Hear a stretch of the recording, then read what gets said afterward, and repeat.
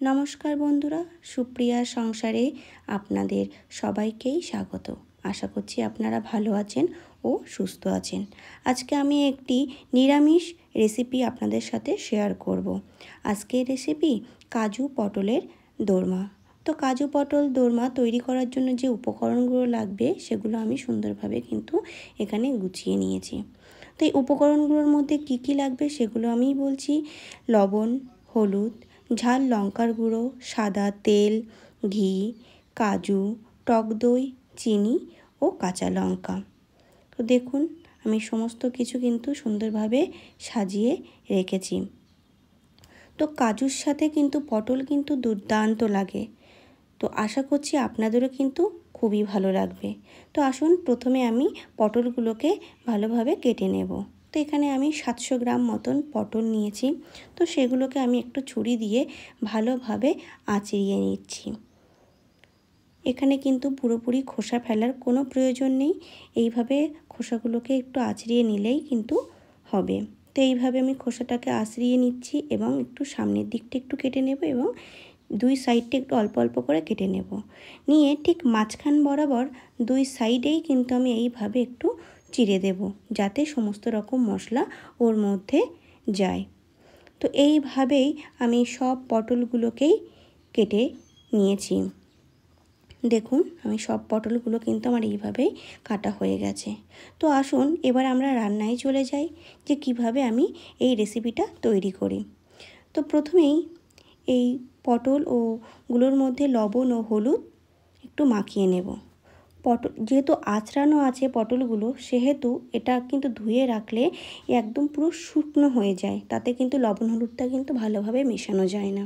সেক্ষেত্রে আপনারা একটু হালকা একটু জল ছিটিয়ে দিয়ে তারপরে লবণ হলুদটা মাখিয়ে নেবেন। দেখবেন সুন্দর গায়ে লবণ হলুদ সমানভাবে লেগে যাবে। তো তারপর আমি কড়াইতে একটু সাদা তেল ও 2 চামচ মতন ঘি দিয়ে দেব। যেহেতু নিরামিষ রান্না, তো ওই জন্যেই কিন্তু একটু হালকা ঘিয়ের গন্ধটা থাকবে, বেশ ভালো লাগবে, খেতেও ভালো লাগবে, গন্ধটাও কিন্তু সুন্দর আসবে। তো আমার তেলটা গরম হয়ে গেছে।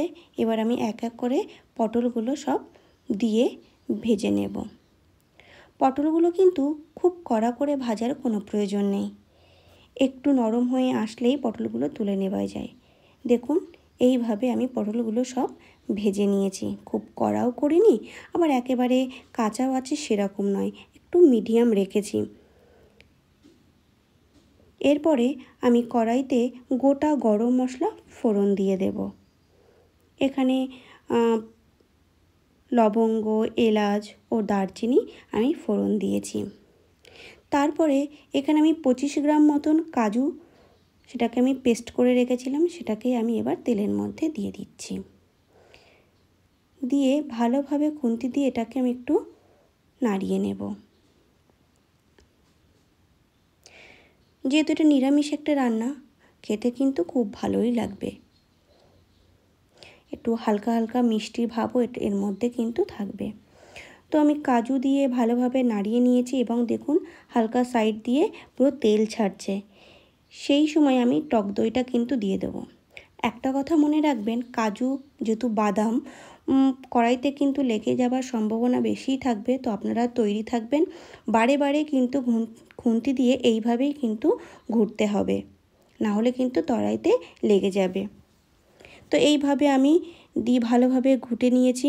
নিয়ে এর মধ্যে আমি 1 চামচ মতন ঝাল লঙ্কার গুঁড়ো দিয়ে দিচ্ছি। দিয়ে ভালোভাবে এটাকে আবারও মিশিয়ে নেব। নিয়ে আমি কাজু বাদাম ও টক দই যে রেখেছিলাম সেটা ধুয়ে আমি জলটা রেখে দিয়েছি এবং এখন আমি কাঁচা লঙ্কা মাঝখান থেকে চিড়ে বা ফাটিয়ে এর মধ্যে দিয়ে দিলাম। দিয়ে আবারও ভালোভাবে একটু মিশিয়ে নেব। নিয়ে এখানে কাজু বাদাম ও টক দইয়ের বাটিটা ধুয়ে যে জলটা, সেই জলটাই আমি এর মধ্যে দিয়ে দিচ্ছি। কারণ কাজু বাদাম দেওয়ার পরে তাতে একটু লেগেছিলো, টক দইয়ের বাটিতেও একটু টক দই লেগেছিলো, সেই বাটি দুটো ধুয়েই কিন্তু যে জলটা ছিল সেটাই আমি এর মধ্যে দিয়ে দিয়েছি। এবং জলটি ভালোভাবে ফুটে উঠলে আমি পটলগুলো কিন্তু দিয়ে দিব। এক এক করে আমি পটলগুলো দিয়ে দিচ্ছি। দিয়ে আবারও কিন্তু খুন্তি দিয়ে ভালোভাবে এগুলোকে আমি একটু মিশিয়ে নেব। নিয়ে এই ঝোলের মধ্যে এগুলোকে ডুবিয়ে দেব। দেবার পরে আমি সামান্য পরিমাণে একটু লবণ দিচ্ছি। লবণটাই অবশ্যই আপনারা স্বাদ অনুযায়ী ব্যবহার করবেন। দিয়ে এইভাবে একটু নাড়িয়ে নেব এবং ঢাকনা দিয়ে ঢেকে দেব। ঢাকনাটা কিন্তু বেশিক্ষণের জন্য আমি ঢাকবো না। আপনারা ঢাকনা ছাড়াই কিন্তু এটা রান্না করতেই পারেন। তো ঢাকনাটা তুলে নেবার পরে একটু ঝোলটা যখন একটু ঘন হয়ে আসবে সেই মুহূর্তে আমি সামান্য পরিমাণে চিনি দিয়েছি। দিয়ে এটাকে আবারও একটু ভালোভাবে একটু নাড়িয়ে নিচ্ছি।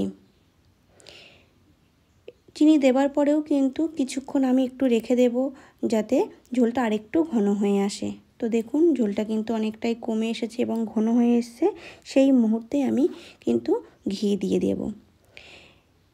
আর আমি এখানে গরম মশলা কিন্তু থেতো করে ভালো করে গুঁড়ো করে রেখেছিলাম। তো এই গরম মশলার গন্ধটা কিন্তু অসাধারণ লাগে আর রান্নার যেন স্বাদ অতুলনীয় হয়ে যায়, একটু অন্য রকম স্বাদ চলে আসে। তো নিরামিষ রান্নাতে আপনারা কিন্তু এরকম গরম মশলা বাড়িতে তৈরি করে রেখে দিতে পারেন। শুকনো গরম মশলা থেতো করে ভালো করে গুঁড়ো করে রেখে দিলেই কিন্তু নিরামিষ তরকারিতে বা যে কোনো তরকারিতে দিলে কিন্তু এর রান্নার স্বাদটাও কিন্তু দ্বিগুণ হয়ে যায়। তো কিছুক্ষণ গ্যাস অফ করে আমি ঢাকনা দিয়ে ঢেকে রেখেছিলাম যাতে ওই গরম মশলার যে গন্ধটা পুরো রান্নাতেই যেন বা সুন্দরভাবে যেন মিশে যায়। তারপরে আমি এটাকে একটি পাত্রে তুলে নেব। তো আমার কিন্তু কাজু পটলের দোরমাটা রেডি হয়ে গেছে। দেখুন কিভাবে আমি পটলগুলোকে তুলে নিচ্ছি, কি সুন্দর লাগছে না দেখতে। আশা করছি খেতেও কিন্তু খুবই ভালো লাগবে।